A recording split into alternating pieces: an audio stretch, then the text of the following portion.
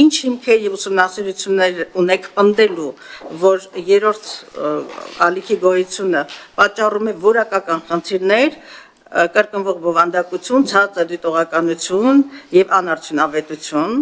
Երկրորդ հարցը, որոնք են հստակ տարանջատված գործառույթներով երկու հանրային հեռարձակողների ապահովումը, որ հիմնավորման մեջ առանձնացրել եք, եւ տարանջատված գործողությունները կամ գործառույթները որոնք են լինելու, ակնկալվող արդյունքներում այս հանրային հեռարձակողի խորհրդի եւ գործադիր տնօրենների արդյունավետ աշխատանք, արդյոք ձեր կողմից արձանագրված է անարդյունավետ, այս երկու մարմինների անարդյունավետ գործունեության մասին արձանագրումներ ունեք,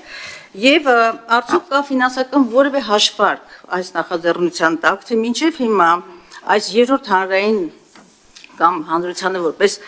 շողակաթ հայտնի հեռուստա ալիքը, հանրային ալիքը, ֆինանսական ինչ միջոցներ է այդտեղ ծախսվում եւ այդ միջոցների չափաբաժինը որքանն է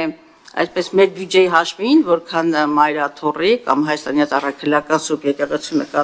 կողմից ֆինանսավորվող եւ հանրային այդ հեռուստաընկերության տվյալ ալիքի հեռարձակված հաղորդումների ծավալները, որովհետեւ դուք այստեղ շատ պատասխանատու ամրագրումներ եք արել առանց նշելու թե հաղորդումների ինչ ծավալներ ունեն եւ արդյոք ձեր նախատեսած բարելավումը ինչին է ուղղված լինելու։ Շնորհակալություն, ես փորձեցի առանձնացնել ինչ հարցեր հնչեցին մի քանի րոպեների ընթացքում կրթամշակութային հաղորդումները որտեղ են գնալու, այսպես ասած, ինչպես են վերաբաշխվելու հարցը լսեցի կամ գուցե վերաձևակերպում եմ, նշել եմ այս կետը, մենք նախորդ տարի ստեղծել ենք Հանրօգուտ մեդիա միջավայր հիմնադրամը, որը բաշխելու է այս հաղորդումները տարբեր հեռուստաալիքների միջև ֆինանսավորելու է դրանք եւ ինձ թվում է դուք նույնպես պետք է որպես վերահսկող, որպես խորհրդարանական պետք է ուշադրություն դարձնեք այն բանի վրա, որ հիմա երկու տողով է կառավարությունը մեզնից այս նախաձեռնությունների համար գումար ուզում կամ ռեսուրսներ ուզում, երբ որ գալիս են բյուջետային քննարկման, չնայած նման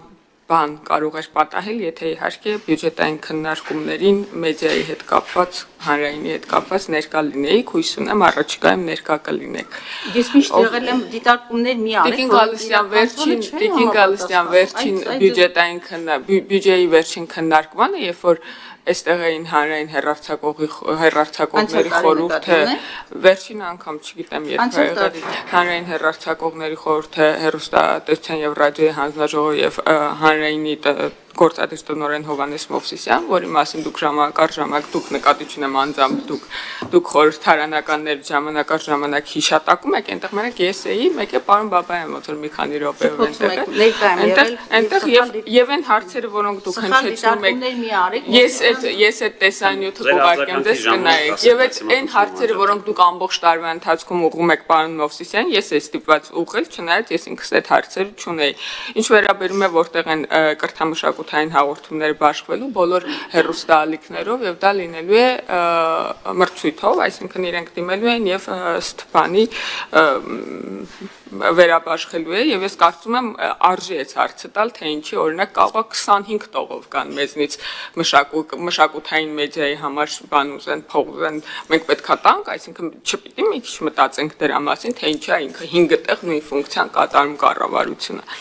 Ովքեր են աշխատել նախաձեռնության վրա, ես ու պարոն Գաբրիելյանը,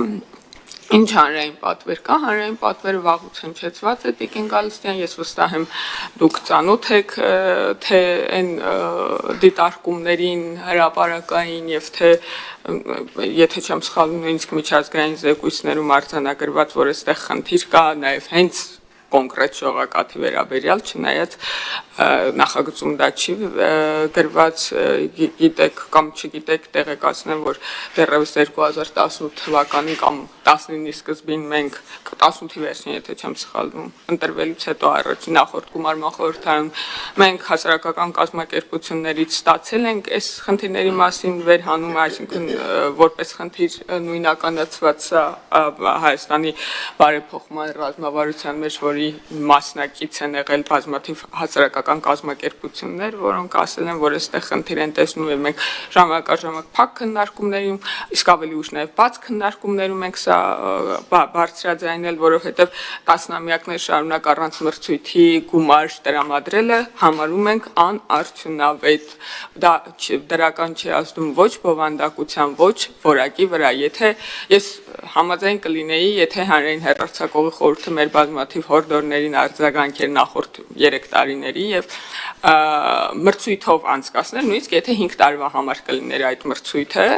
ասենք 5 տարվա համար մեկի հետ պայմանագիր կնքեր, 5 տարի հետո նորից մրցույթ անցկացներ եւ միգուցե ավելի լավ մշակութային բովանդակություն առաջարկողներ կլինեն եւ միգուցե գործողը ավելի լավ մշակութային բովանդակություն կառաջարկեր եւ հիմա ինքը ժամանակ առ ժամանակ մշտադիտարկումներ ցույց են տալիս, որ այս գործողը գտնվում է դիտումների սանդղակում 12-ից 14-րդ տեղում է տատանվում, այսինքն ջանք չի գործադրում ավելի շատ լսարան ներգրավելու, ավելի այլ տիպի կոնտենտ ներգրավելու համար եւ ես կարծում եմ մրցակցություն դրան միայն կարող է օգնել, իսկ հիմա քանի որ կա այլ տարբերակ մրցակցային դարձնելու մշակութային բովանդակությունը, մենք կարծում ենք, որ դա ավելի արդյունավետ է։ Եթե դուք կարծում եք, որ անարդյունավետ է, ուրեմն այն մյուսը միջոցները պետք է կրճատենք։